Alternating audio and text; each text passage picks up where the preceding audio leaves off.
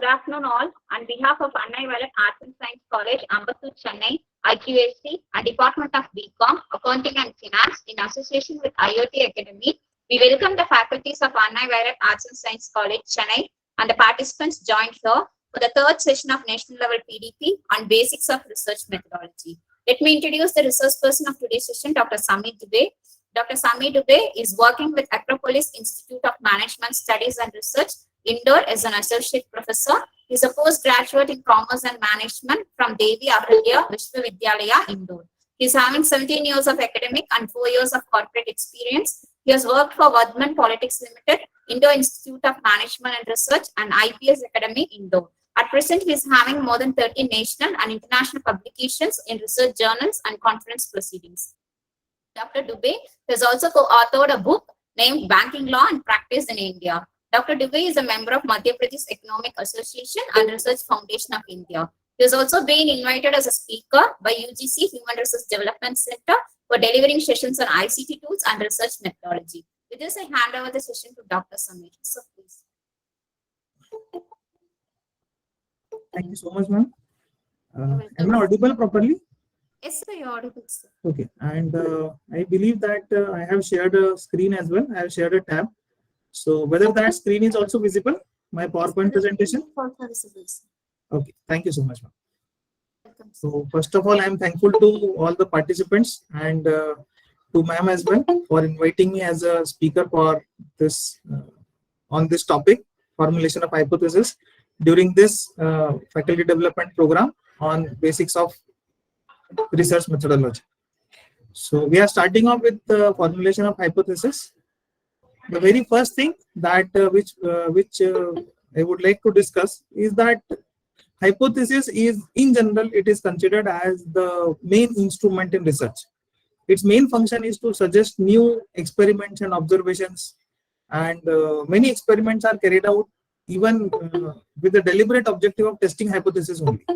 So the decision makers often face situations where they are interested in testing hypothesis on the basis of available information and then take decision on the basis of the testings or the results that are being drawn.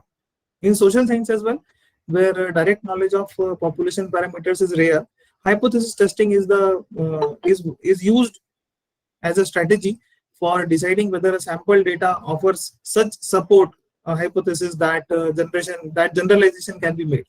So basically, hypothesis testing enables the researcher to make certain kind of probability statements about population parameters, and the hypothesis may not be proved absolutely, but in practice it is accepted if it has withstood certain critical testings.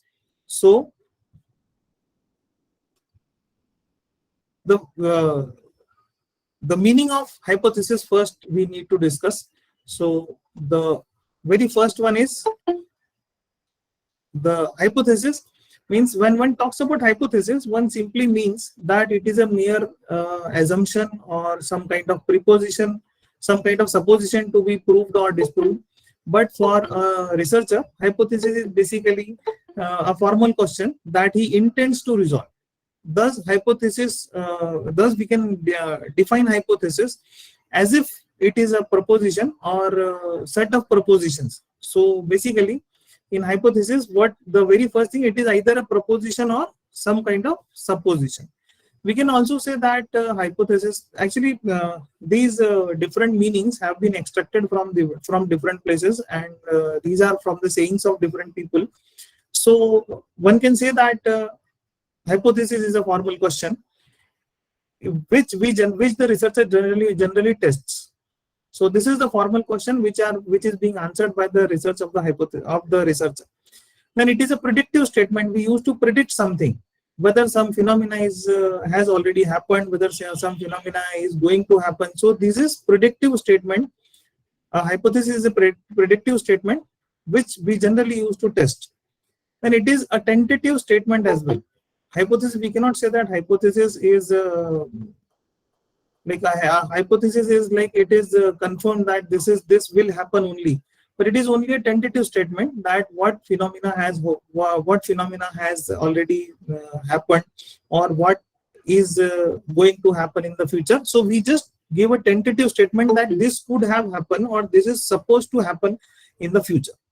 Then once again, it is a testable prediction. So the hypothesis is a testable prediction. It is a prediction which can be tested properly. If it is not tested, in that case, we do not say that it is a hypothesis. So based on all these different meanings, so let us go through the definition of hypothesis. So the hypothesis, basically, it is a proposition or set of proposition. So there can be a single proposition, there can be a set of proposition, there can be more than one hypothesis as well. We will be we shall be in a very short span of time, we shall be discussing different types of hypothesis. So when you go through the complex hypothesis, you will automatically come to know that the hypothesis is not only a single proposition, but it is a set of propositions. The complex hypothesis that they need to be broken down into different hypotheses. So it is a set of propositions as well, which are set forth as an explanation for the occurrence of some specific phenomena. So hypothesis, what happens, it used to explain whether some specific phenomena has occurred or not, or what are the chances of occurring the phenomena in the future. It does not actually use to say about the future that the phenomena or a specific phenomena is going to happen, but it has a tentative explanation about the specific phenomena. Okay, then it is not only a specific phenomena or group of phenomena. Then they are merely as a provisional conjecture, as I told you, which used to guide some investigations or accepted as highly probable. So it basically depends upon the probability. Data is being collected and probability is being tested. What exactly is the probability of certain specific type of provisional conjecture, so that it can guide some investigation, or certain kind of the probability, certain kind of happening or non-happening of a specific phenomena can be either accepted or rejected. So the examples are also there in front of you. The very first example is students who receive counseling will show a greater increase in creativity. So the students who receive counseling, it means there could be two different groups of students. One of them might receive counseling and the other one may be given a regular normal treatment. So whether the students who receive counseling, what exactly is their performance in showing creativity, and the other students. So whenever we are making this kind of a conjecture, we are giving this kind of an assessment that students who receive counseling will show greater increase in creativity. So this is basically an example of hypothesis. Similarly, there are other examples as well, like automobile A is performing as well as automobile B. So when two or more than two automobiles, their performance need to be tested, need to be compared with. At that time also, we make a specific statement which we used to call a hypothesis.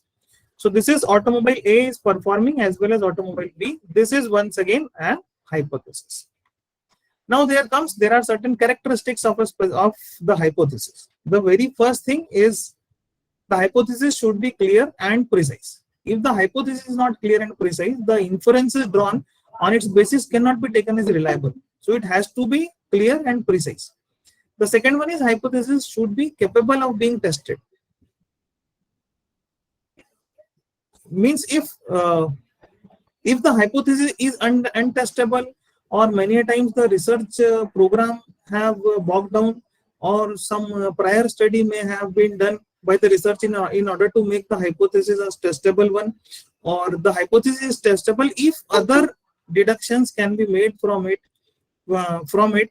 and in turn it can be confirmed or disproved by the observation of the researcher or the data that he or she is being collected. So it should be capable of being tested. The third one is hypothesis should state relationship between variables. If it happens, then it can be, as we shall be discussing at different types of hypothesis, so it should be a relational hypothesis. Here definitely I would like to ask the participants a little bit, if somebody can please let me know if they are aware of two different kind of variables. I shall be thankful if participants can write down a little bit in the chat box. Sir, independent variable and dependent variable. Exactly, yes. Independent variable and dependent variable. Now, these are two different types of variables. Independent variables are the variables which used to cast their effect on the other variables, and those other variables are known as dependent variables. Okay. So these are two different types of variables. Then whether the hypothesis is amenable to testing. So the hypothesis should variables, then hypothesis, it should be limited in scope and must be specific. So the order may be possible that I am changing the orders a little bit, but hypothesis should be limited in scope and must be specific. A researcher must remember that narrower the hypothesis, the more testable the hypothesis is. And it should develop, and the hypothesis should be developed in such a way that it should be very much specific, very much narrower. It should clearly be defining the relationship between independent variable and the dependent variable. Then the next one is that hypothesis should be stated as far as possible in the simplest of the terms. Definitely one thing is there that simplicity, it has nothing to do with with the significance of the hypothesis. The hypothesis is equally important, even if it is in very simple words. So it should be easily understandable by all the concerned people. Then hypothesis should be consistent with the most known facts. This is another thing which we need to discuss. That is that it must be consistent with a substantial body of the established facts. In other words, we shall be discussing certain examples as well. In other words, it should be one which judges accept as being the most likely phenomena. So this is what is known as hypothesis. Then hypothesis should be, now there the last point used to come is it should be amenable to testing. So it should be amenable to testing means the hypothesis must be tested within a reasonable time frame.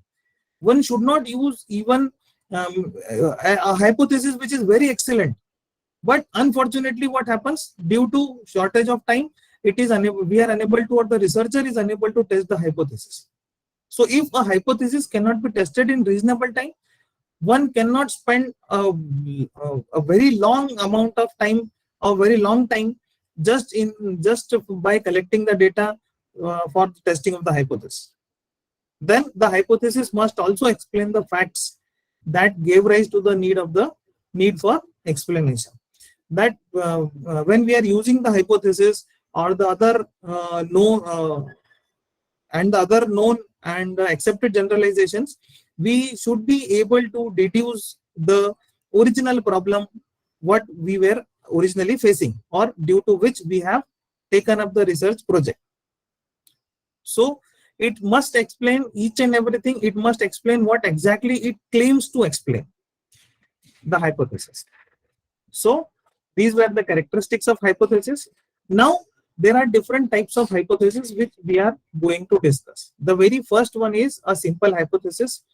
The simple hypothesis, as you can see, that there are very simple deductions, or these are very simple statements that we have made. So the hypothesis, a simple hypothesis, basically it is the easiest and most straightforward type of hypothesis. We simply need to state an expected correlation or an expected relation between the dependent and independent variables. We may not need to predict the causation or the cause and effect relationship between the independent and dependent variable. What we need to do is whether these two variables are linked with one another or not. I believe that you people can see certain examples over here. This is a small thing, or you can say this is a small kind of exercise as well for the participants. Is that the very first research question that we have is whether the people over 50 like Coca-Cola more than people under 50 or not. So the simple hypothesis will be, on average, people over 50 like Coca-Cola more than the people under 50. I believe participants have understood what exactly is the hypothesis. Is it clear to everyone? Yes, sir. Okay, just a second.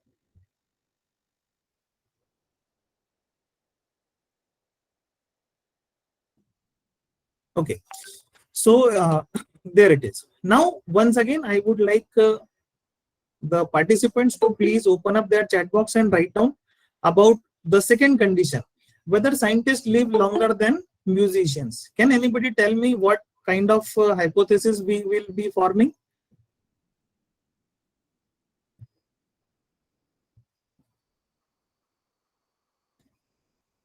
Can anybody tell me? You can write down in the chat box as well. What kind of hypothesis can be formed on the basis of this research question, whether scientists live longer than musicians?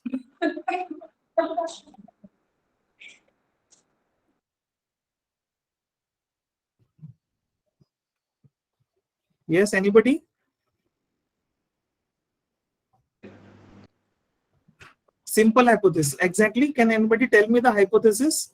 What shall be the hypothesis? Like here? Yes.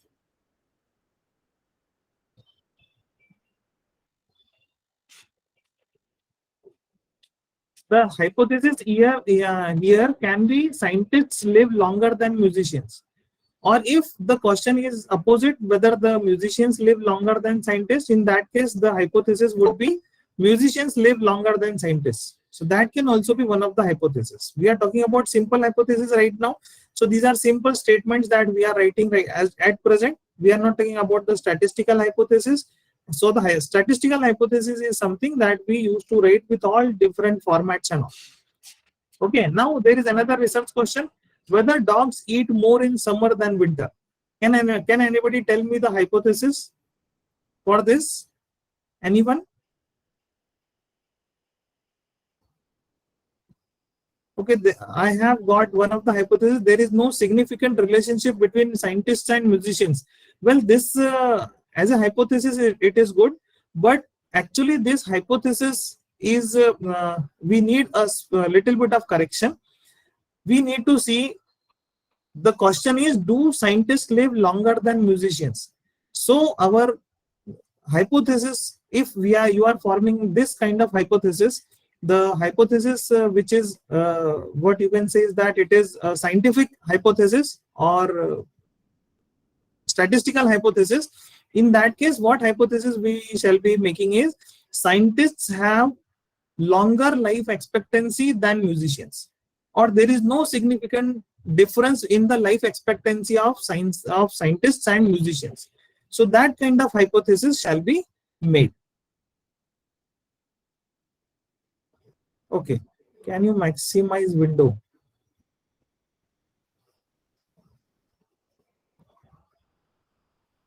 Okay, the window is already maximized from my side. I believe it is clear. Yes, it is clear, sir. I asked him to just pin to his main screen, Okay, sir, so that Thank they'll you. be able to see. Sure. So then the next one is, do dogs eat more in summer and winter? So if we talk about the formal hypothesis or the statistical hypothesis that we used to make is, there is no statistically significant difference in the diet of dogs over the year. We can say over the year, or we can, once again, if we are making a comparative hypothesis, in that case we can say that there is no significant difference in the diet of dogs during summer or in winter. So in that case we shall be going for you can say, if I talk about a little bit, if I talk a little bit about the testing of hypothesis, in that case we shall be going for paired t-test. Okay, then there comes the second one, is some kind of complex hypothesis. So what happens in complex hypothesis is, in complex hypothesis we have multiple independent and dependent variables in the complex hypothesis. So complex hypothesis, it contains like multiple independent and multiple dependent variables. Can anybody please identify the independent variables in this hypothesis that has already been written over here? The first one is the research question, that is, whether age and weight affect the chances of getting diabetes and heart diseases.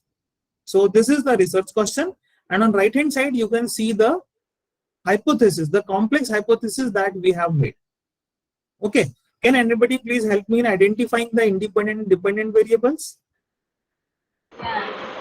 Sir, age, weight, diabetics, they are independent variables, and Okay, heart disease is dependent is the variable. dependent variable. There is a small correction into it. Age and weight, these two are independent variables, and chances of getting diabetes. So whether a person is having diabetes or not, and heart disease. So these 3 and 4, this is diabetes and heart disease. These two are dependent variables, and age and weight, these two are independent variables. Is it clear to everybody now, the complex hypothesis? Sir, sometimes, sir, this diabetic itself, it leads to heart disease, sir. Yes, yes, exactly. It Agreed. induces heart disease also. Agreed. I agree. Agreed. So here what is happening is we are taking age and weight. Age and weight, it increases the chances of getting diabetes and heart disease. So what happens is these two are independent variables, age and weight, and these two ailments, these two diseases, both these diseases have been taken as dependent variable. So whether age and weight, it increase your chance of getting diabetes, that can be your first normal hypothesis or simple hypothesis, but definitely once again with two independent variables. And once again, age and weight, whether it increase the chances of getting heart disease. Now what will be happening is that you need to bifurcate, or you need to break down this hypothesis into 4 different hypotheses. Age and diabetes, independent and dependent variable, then weight and diabetes, then the third one will be age and weight and diabetes. Once again, age and heart disease, weight and heart disease, and age and weight and heart disease. So thus we are not getting 4, but we are getting 6 different sub-hypotheses out of it. Okay, so independent and dependent variables over here are clear. Complex hypothesis is clear. Now let us move on. Yes, sir. Now let us Excuse move me, on to, yes. your screen is not visible clearly, sir. Just Sir, pin it out. it is visible for us, sir. It's Okay. visible, but So it is visible only, sir. They have to just pin to their main screen. Okay, they have to pin. You can continue, sir. No issues. Okay. You Thank can you. continue.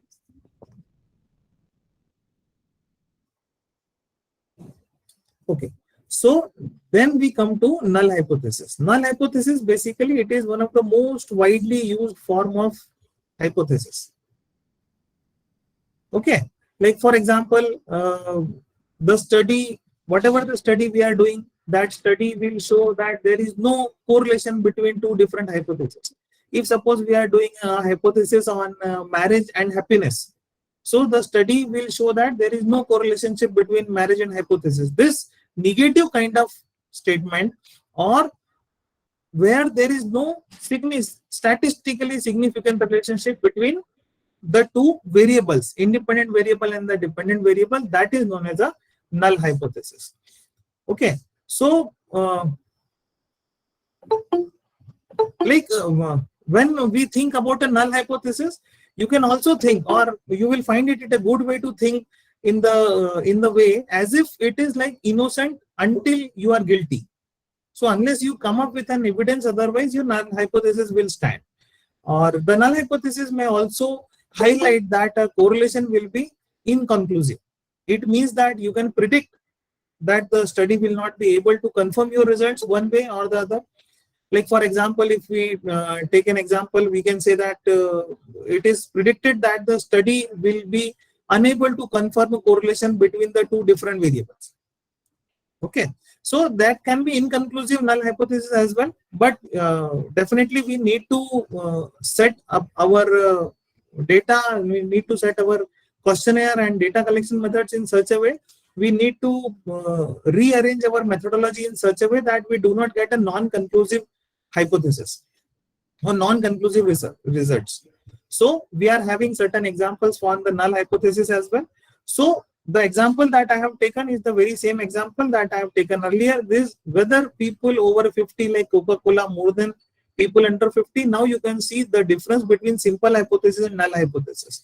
The null hypothesis is age has no effect on the preference of Coca-Cola.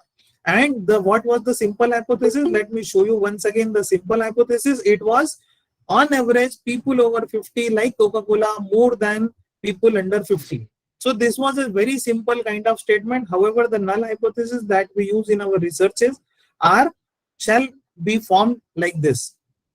Age has no effect on preference of Coca-Cola.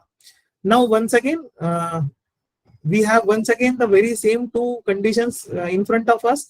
The first one is whether scientists live longer than musicians. So we can say that profession has no effect on the life expectancy of people. That also can be one of the hypotheses. Whether the person is by profession, the person is a scientist, whether the person by profession is a musician, it does not affect the life expectancy of the person. So the profession does not affect the life expectancy of the profession of the person. This can be one of the hypotheses, and the other hypothesis that we can form with the help of this only. The other null hypothesis which we can form is there is no significant difference, or there is no statistically significant difference in the life expectancy of scientists and musicians. Suppose if we are taking only these two professions into consideration, in that case we shall form a hypothesis like this. Now we can form another hypothesis for the last question, that is whether dogs eat more in summer than winter. So the hypothesis will once again be there is no significant difference in the eating habits of dogs over the year. That shall be our null hypothesis. Okay. Then after null hypothesis, we shall be going for the other one, the other side of the coin, that is alternative hypothesis. And we generally use the symbol HA or H1. Just a second, let me show you the symbol that we use to that we use for null hypothesis and alternative hypothesis. I believe everybody can see the whiteboard. Can everybody see the whiteboard? Yes, sir. Yeah. So the symbol for null hypothesis will be, the hypothesis will be H0. This will be for null hypothesis. And H1 or HA, this shall be the symbol for alternative hypothesis. So both of these are symbols for alternative hypothesis. There are, if we are having more than one hypothesis, we also call it like H, not exactly A, but we also call it like H10. You can mark it, or you can name it as if H20, and the alternative hypothesis will be H11, and the alternative hypothesis shall be H21 or 2A. That we can do. Okay, so this is how we used to number the hypothesis. Once again, let us get back to the alternative hypothesis. So the alternative hypothesis is these two hypotheses we used to mention together, and we can say that the null hypothesis is the case where a relationship between two variables is non-existent. However, in alternative hypothesis is the case where there is a relationship between two different variables. So this is what is a alternative hypothesis is. So we do have some examples as well. Like if suppose the research question is whether eating oatmeal before an exam, whether it has an impact on the test scores or not. So the null hypothesis will be eating oatmeal before an exam does not impact test scores. Or we can say that there is no effect, or the test scores is not associated with eating oatmeal. That can also be a null hypothesis, and alternative hypothesis shall be changed accordingly. At present, the alternative hypothesis is eating oatmeal before an exam does not impact test scores. Okay. Sorry, does impact test scores. Sorry. So it is the null hypothesis will be the null hypothesis is in the eating oatmeal is not going to impact the test scores, and the alternative hypothesis is it is going to impact the test scores. This is what is alternative hypothesis. The next type of hypothesis is it is a composite hypothesis. And what exactly is a composite hypothesis? Often we predict an exact outcome. Like for example, a 25-year more old person on an average is say somewhere around 5 feet and 7 inches, or say if it is in centimeters, it is somewhere, it comes to somewhere around 180, 190 centimeters or so. So we are giving an exact parameter. So this hypothesis is not exactly a composite hypothesis. But when we cannot exactly hypothesize something, we assume that something will happen. We are not exactly sure what will happen, but something will happen. So in those cases, what happens is that we, in the for our example also, we can say that if a person of 25 years is somewhere more than is of a height of more than 5 feet. So we are not giving an exact information. We are not giving an exact parameter or exact calculation of the height and the age. So this kind of hypothesis is known as a composite hypothesis. Suppose like we are having two different variables in front of us. Independent variable is inflation and dependent variable is forex reserve. Can anybody help me in making a composite hypothesis out of it? Like when we are having exact hypothesis, in case we are having exact hypothesis, the hypothesis will be 2% change in inflation makes the forex reserve decrease by 20%. This is what is known as an exact hypothesis. And what if in case of a composite hypothesis, it does not predict the exact parameters. So if it is not predicting the exact parameters, then what shall be the hypothesis? The hypothesis would be there is no significant relation, or if we are making it a positive hypothesis, it would be like forex reserve decrease or forex reserve increase with an increase in inflation. So this can be one of the hypotheses, but definitely when it is a composite hypothesis, and when it is an exact hypothesis, the hypothesis would be a 2% change in inflation will result in 20% change in forex reserve. So in that case, the hypothesis would be an exact hypothesis. So this is composite hypothesis. Okay. Then after composite hypothesis, we have, this was about magnitude. Now we do have about directional hypothesis. So the what exactly is the directional hypothesis? Directional hypothesis is when we are predicting whether the effect will be positive or negative. When we are exactly predicting whether the effect will be positive or negative, then the effect will be directional, or the hypothesis shall be directional hypothesis when we are exactly predicting or when we are exactly stating about the positivity or negativity of the effect of independent variable on the dependent variable. Or in statistical form, you can say that we call it a one-tailed hypothesis. Okay, so when we talk about this directional hypothesis, it will be a one-tailed hypothesis. Why it will be a one-tailed hypothesis? Because it is stating about the relationship between independent variable and dependent variable. It is stating that the independent variable is going to affect the dependent variable, but it is not saying what shall be the direction, whether it will be a positive effect or it will be a negative effect. So when we are saying that there is no specific effect, there is an effect, but whether it is positive or negative, we have not said anything, and like this shall be a directional. When we say that it is either it is positive or negative, it is directional hypothesis. So once again, we are having two different. One is independent variable, gender of the students, and the other is dependent variable, which is scores in the annual examinations. Can anybody please tell me the directional hypothesis? Can anybody tell me the directional hypothesis?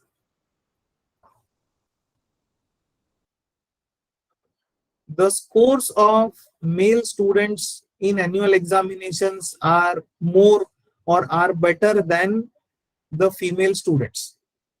This shall be the directional hypothesis. Here what is happening, you are uh, means we are exactly explaining, or we are exactly testing whether the whether the gender is having some kind of effect or not, or the marks or the scores secured by males are greater than or more than as compared to the ones secured by females. So this kind of hypothesis is directional hypothesis, because what is happening is it is predicting either it is about the negativity or it is about the positivity of the effect or the independent variable on the dependent variable. Okay, so this is directional hypothesis. Then there comes the next one is non-directional hypothesis. So in case of non-directional hypothesis, when the hypothesis predict an effect, as I told you earlier, but what exactly the effect will be, when we do not say about the effect, that is what is known as a non-directional hypothesis. Even in most of the cases, we use a null hypothesis which is non-directional. So the non-directional hypothesis, it is also similar to the composite and alternative hypothesis as well. All these types of hypothesis tend to make predictions without defining a direction. So in composite hypothesis as well, a specific prediction is not made. Okay. In alternative hypothesis, we generally predict that even anything but not the null hypothesis will happen. So it once again means that anything, either it is more than what has been given in the null hypothesis, or it is less than in the null hypothesis. So it is simple. Okay. Now let us once again consider the example whether the research question is, does rainy weather impact the amount of moderate to high intensity exercise people do per week? And the hypothesis would be the rainy weather will affect the amount of moderate to high intensity exercise people do per week. So the exercise will be, it is going to affect, the exercise will be going to affect the weather, or sorry, the weather is going to affect the exercise. What amount of exercise, whether the person is doing a moderate exercise or the person is doing high intensity exercise, the rainy weather is going to affect the amount of exercise, or the amount of exercise done by the person. But whether the exercise will be moderate to intense or from intense to moderate, this has not been explained, or this has not been stated in the hypothesis. Similarly, does giving children chocolate rewards during study time for positive answers impact standardized test scores? Okay, the non-directional hypothesis for this will be giving children chocolate rewards during study time for positive answers impact standardized test scores, or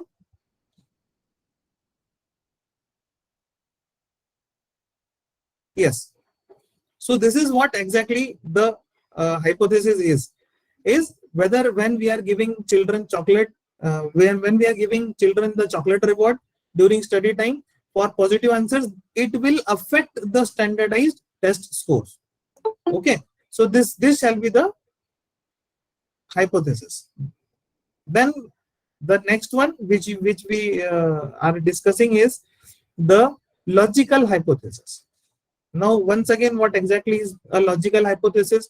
So generally logical hypotheses are used in philosophy, because there are like philosophical questions are often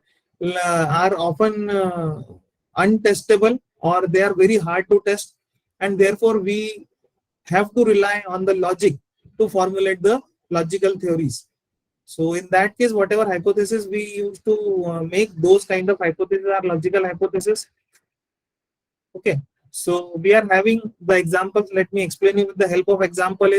Is the Titanic came to its resting place at 41° north and 49° west based on the time the ship sank and the ship's presumed path across the Atlantic Ocean. What happened? This hypothesis was made before 1980s. It was 80s only when the technology got upgraded and the Titanic was, the exact place of sinking of Titanic was known to the people. But before this, the hypothesis before 90s, before 80s, the hypothesis was the Titanic came to resting place. So this is 41° north and 49° west. This was not an exact hypothesis.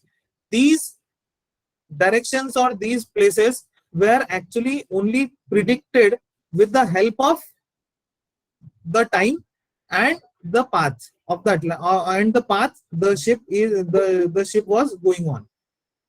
So since one other thing, the depth at which Titanic sank, that depth was untestable at that point of time.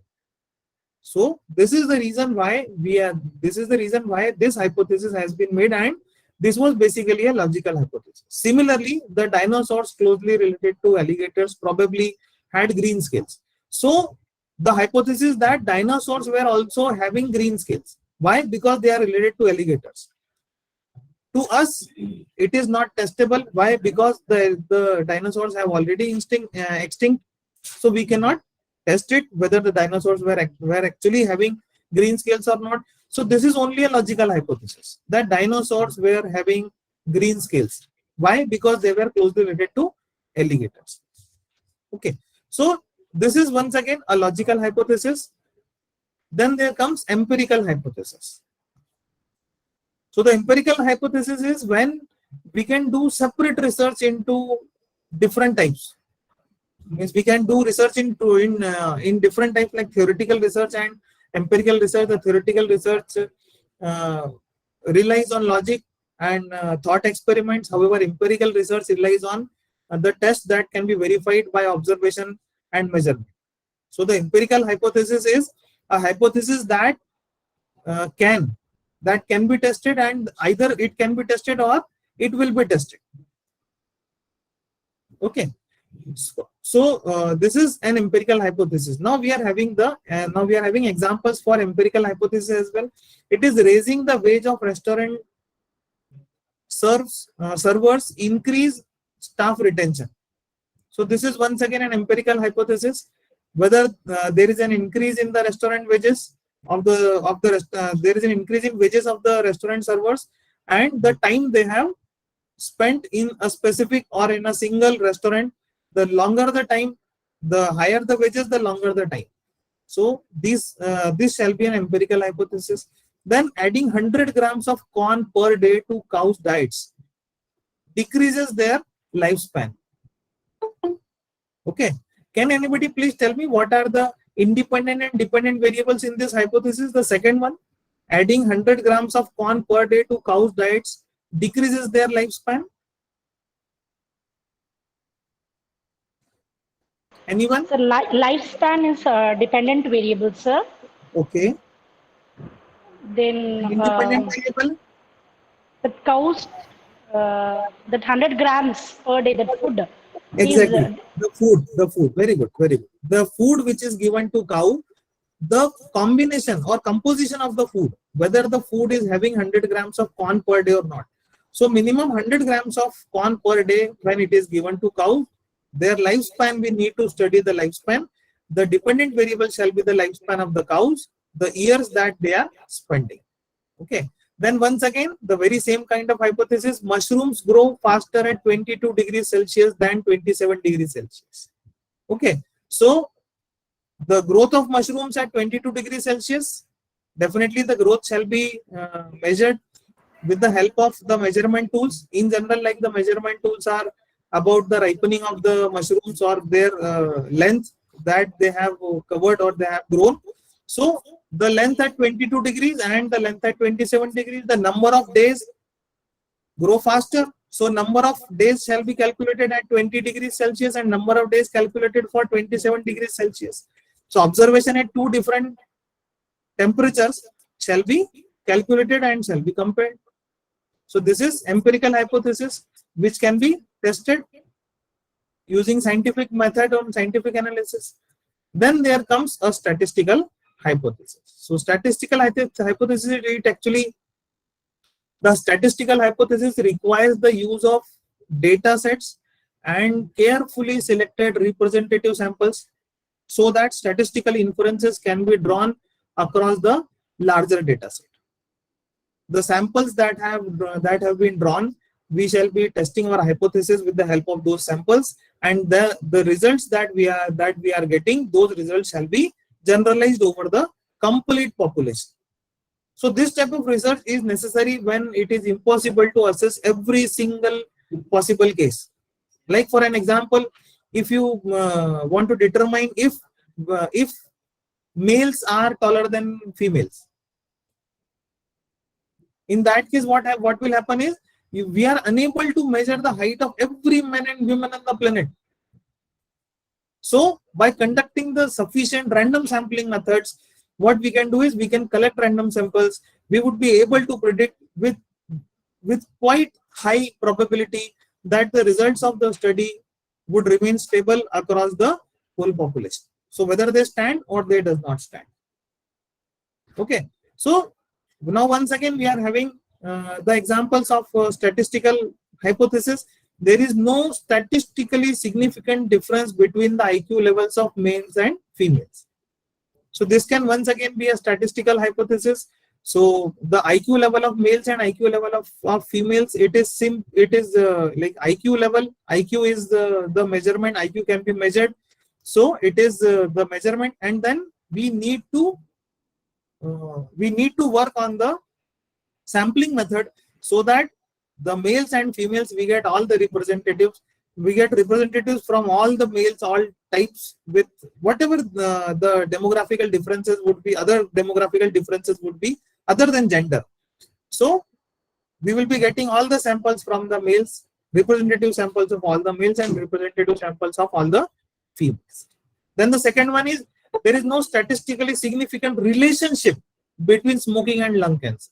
So whether a person smokes or not, this shall be the independent variable, and whether a person is suffering from lung cancer or not, or has already suffered or will be suffering in future, well, that shall be a kind of dependent variable. There is another interesting fact about this statistical hypothesis. Like there is a famous statistical hypothesis example. It was actually a case of a case of 17th century, somewhere in the early 17th century, when some data was collected, and the hypothesis was made that there are more male births than female births. So whoever be the researcher, he called this divine province, this divine providence, and to this day even the findings remain very same. More men are born than women. So whatever it would be, but this is called a gender ratio hypothesis. Then there is another hypothesis which is based on a specific experiment. This experiment was conducted somewhere in 1930s, where a researcher has given certain certain cups of tea to a lady, and the claim made by the lady was that she can exactly tell whether the milk has been added during making of the tea, or it has been added from or extra, or after completion of or making of the tea, the milk has been added. So it was found that the lady was correct every time, and the researcher found that the chances or the probability was 1 in 70 of getting all the 8 answers correct. So this is statistically significant result. These kind of hypotheses we used to call statistical hypothesis. Then the next kind of hypothesis is associative hypothesis. In associative hypothesis, what happens is that there are 2 different variables, and what we do it, we does not actually find a relationship of cause and effect. But what happens is we just calculate whether 2 given variables, they are linked to each other or not, whether they are moving in the same direction or moving in the opposite direction, but whether they are associated or not. So here you can see the example. Hospitals have more sick people in them than other institutions in society. Okay, so we commonly refer to this as a correlation, and correlation does not actually mean causation. Correlation is different and causation is different. So just because there are a lot of sick people in hospital, we cannot mean that the hospital made the people sick. There is something else. Or definitely the people are going to hospital just for the sake of remedy. But if we are calculating correlation between the number of persons or number of sick people in the hospital and the number of people in other number of sick people in other institutions, we will find that definitely hospitals are having more sick people. So in an associative hypothesis, we note we find out correlation, or we note down correlation of between an independent variable and dependent variable, but we do not make a prediction. The hypothesis does not make a prediction about how these two interact, whether there is any cause and effect relationship between them or not. Okay, so this is the associative hypothesis. Then we have almost come to the last. This is causal hypothesis. So the causal hypothesis actually predicts whether whether the two variables, they are having a causal relationship or not. So the causal hypothesis, actually it is harder to prove. The causal hypothesis is harder to prove as compared to the associative hypothesis, because the cause needs to be definitely proven. This will often require repetition of the tests, either in controlled environment or the repeated observations taken from the very same phenomena happening again and again. The researchers making manipulations to the independent variables, or the use of control groups, or whatever it is. So if we were to take these kind of examples, in that case definitely there are cause and effect relationships. So the causal hypothesis, there can be some examples like marriage causes stress, which leads to hair loss. So this is actually causation hypothesis. However, what shall be the correlation hypothesis in the very same case? Marriage occurs at an age when men naturally start balding. So this is the correlation hypothesis. Because what happens, what would have been the research question? The research question would have been whether marriage caused baldness among men or not.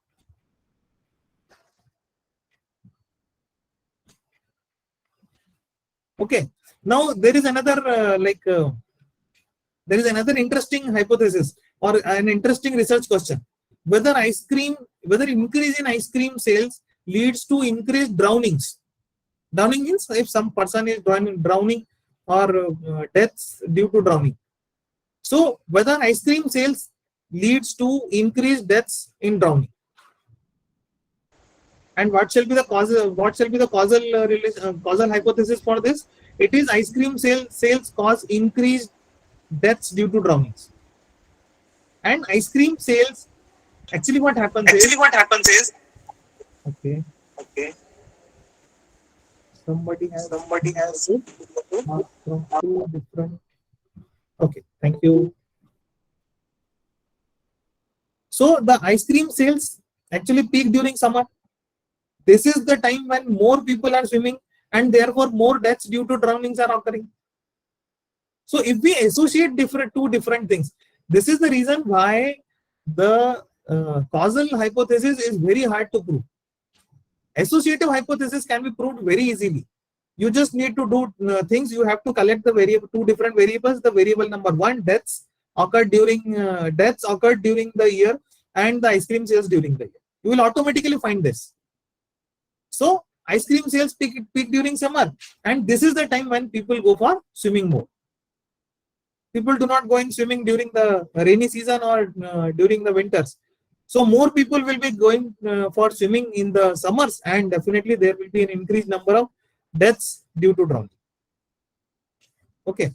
Now there are some. You can also say that there is like exact and inexact hypothesis as well, which we have not considered, because the exact hypothesis or an exact hypothesis have already been covered. Okay, so these are different types of hypothesis. Then there are certain steps in formulation of hypothesis. So the first one is the first step is to understand the area of problem. What exactly is the problem which we are facing, or what exactly is the area on which we are doing the research. Then we have to consider the goals. We need to. It is the very most important part is identification of variables, because while stating the hypothesis, we must use the variables, which variables we are testing, or we are establishing any relationship between two different variables. So what exactly are the variables? Then we need to identify the relationship between the variables. Then we have to think critically about the hypothesis and express the idea as our hypothesis. So this is how we used to formulate the hypothesis. The different types of hypothesis that we have already discussed, how to make the hypothesis. Now I believe that this is clear. So once again, there is another question, whether hypothesis is necessary or not. So in certain cases, hypothesis is not necessary. It is not necessary every time that we should have hypothesis. But in which cases? So in historical research designs, when we are finding certain facts on the basis of the documents which are available with us, but these are historical documents. So you cannot make any kind of change into them. You are only changing the way you are looking into those documents. You are only changing your view of interpretation, or you are only changing your interpretation of the documents. So in fact findings, in historical research designs, hypothesis is not at all necessary.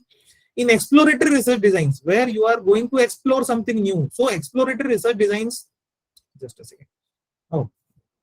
Exploratory research designs are basically most lucrative, most flexible, most inclusive research designs. So once again, here hypothesis is actually not necessary. Although in some of the papers I have seen certain hypotheses, like if in one of the papers the researcher has conducted exploratory factor analysis, and the hypothesis that the researcher has taken, that the researcher has stated, was there are no factors. Okay, so there are no factors, or there are no significant factors for explanation of this specific phenomena. That was the hypothesis. However, in exploratory factor analysis, there can be, only because of this, that only because of the phenomena, or because of the fact that exploratory research studies or research designs, they are so flexible. We do not generally know what shall be the next step, what different research tool we will have to use or adopt in the next step. So that's why exploratory research designs also, if we are not having any kind of hypothesis, or we are not having any hypothesis, it will do. And inductive research designs as well. Inductive research designs are once again the very same research designs as those of exploratory research designs. Here what is happening, we are getting the facts, and then we are deciding about the next step of our research. So this is inductive research design. Inductive research design as well, in cases no hypothesis is necessary. Still, if people are making hypothesis, you are taking certain statements as a hypothesis, they are most welcome. Now it is I believe now it is the term of the participants to tell me whether these hypotheses that are on your screen, whether these hypotheses are good hypotheses or bad hypotheses. The first one is, eating breakfast might make you do better. Whether it is a good hypothesis or bad hypothesis. Any answers? It may not be a good hypothesis. Exactly. Yes, this is not at all a good hypothesis. Eating breakfast might make you do better. So all vague terms have been used. Eating breakfast has not been defined.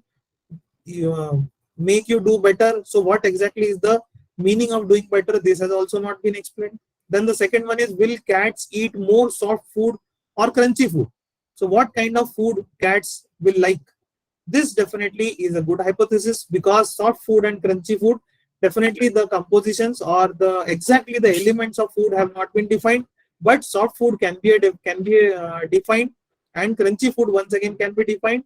So which type of food will be liked by cats? This can be a good hypothesis. Holding your nose decreases your tongue's ability to taste. Whether it is a good hypothesis or bad? Not at all. Not. Exactly, very good. And then the cheapest brand of soap makes the most bubbles. Whether this is a good hypothesis or bad hypothesis.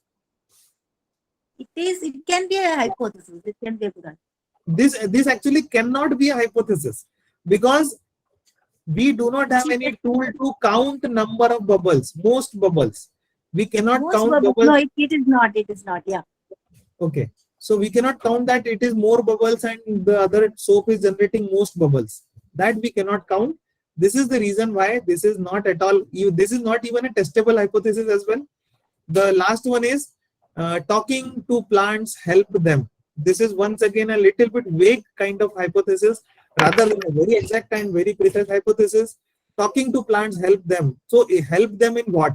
This has not been defined over here. These were actually the good hypotheses which I have deliberately made them bad hypothesis. So this was all about the hypothesis. Now if you people are or the participants are having any kind of queries and comments, you can please let me know. The session is open for discussion now. You can post the queries in the chat box or you can unmute and interact with the resource person. Sir is there to help you. Thank you, sir, and thank you all. Sir, I have some questions, sir. Like significant impact, significant relationship, this kind of things, when do we make it? This is some kind of question I have in mind. When in general what happens is when we are having quantitative data, or if we are having qualitative data but we convert it into quantitative data, in that case we generally make statistical significant difference kind of hypothesis. Okay. Thank you, sir.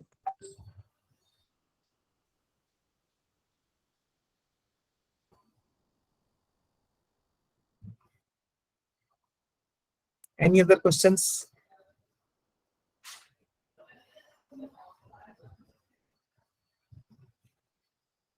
So one more, maybe out of the box, Sure. I'm asking. Sure. Will exploratory research papers will be greater? I mean, conceptual papers, or having hypotheses and having objectives, such kind of empirical papers are more impactable, sir. Like I have a query, it's just a doubt. Definitely. Actually, what happens when we go through the ABDC journals list, or when you go through the Scopus journals, so the journals having very high ranking, or even in ABDC as well, the journals who are like in A category or A star category, they generally prefer certain kind of exploratory or conceptual research only. Okay. But in However, most of the Indian scenarios, we see that in one or two paper presentations, when I've given a conceptual paper, they just put it aside. Like it's not so yes, important, because such kind of thing. yes, exactly. This happens. Even you won't believe. Just a few days back, I was given a thesis to check, and the complete thesis that the topic of the thesis was performance of certain municipal corporation. Financial performance of some municipal corporation was tested, and you won't believe that the data collected was primary data. So it happens with us when I ask the candidate about why you have collected primary data if it is financial performance. Financial performance completely depends on ratio analysis. So you could have gone for ratio analysis, you could have compared two different time zones, you could have compared two different municipal corporations, or one sample test could also have been done. So it was the guide actually he came out for the candidate, and he said that, sir, we consider the primary data research as a better researches, and that's why we have collected the primary data. But here So it is not acceptable, no, sir. In this particular, of course, it is not acceptable. Yeah. Of course, it is not acceptable. But it happens with us. What happens is in maximum cases, it happens that definitely what happens when you are going for an exploratory research. If you go through the paper, and when you think about the paper by yourself, you will automatically come to know that even if the paper is exploratory, even if the research is conceptual research, you will find that all those complete concepts, all those thoughts, they are somehow based on quantitative data. They are based on either of the two. They are either of the hypothesis. It is definitely, they might not have used all those data. They have generalized their hypothesis or so, but all conceptual researches, all kind of exploratory researches are also somehow based on quantitative data. Okay. But very crystal, lucid presentation, sir. You have given an absolutely lucid presentation. Thank you so much, sir. Sir, can you just share in your what you call chat box your mobile number and email details if you don't mind, sir? No, that I share. Thank you so much. We will be sharing the group. Yeah. Any other questions? You can post in the chat box also. I'll read it to sir.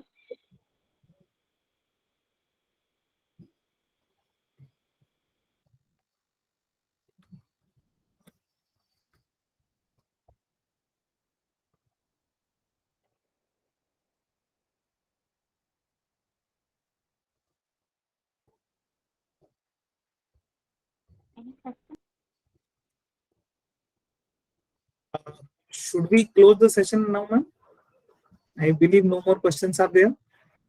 Yes, sir. Thank you, sir. Received, have a copy down. Thank you so much, sir. Thank you, sir. Thank you, organizers, for such a wonderful session, wonderful seminar organized. Thank you so much. Thank you so much, ma'am. All credit goes to the organizers.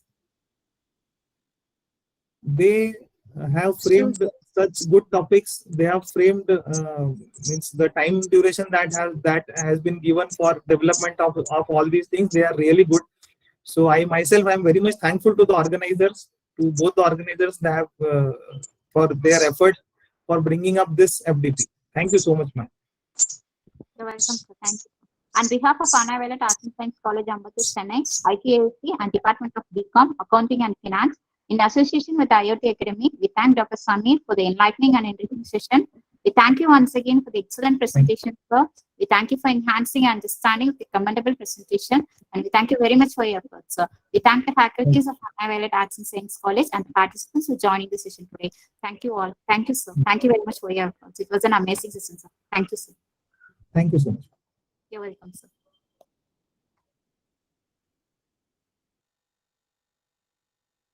Kindly fill the feedback form using the link that has been posted in the chat box. Thank you all. Have a great evening.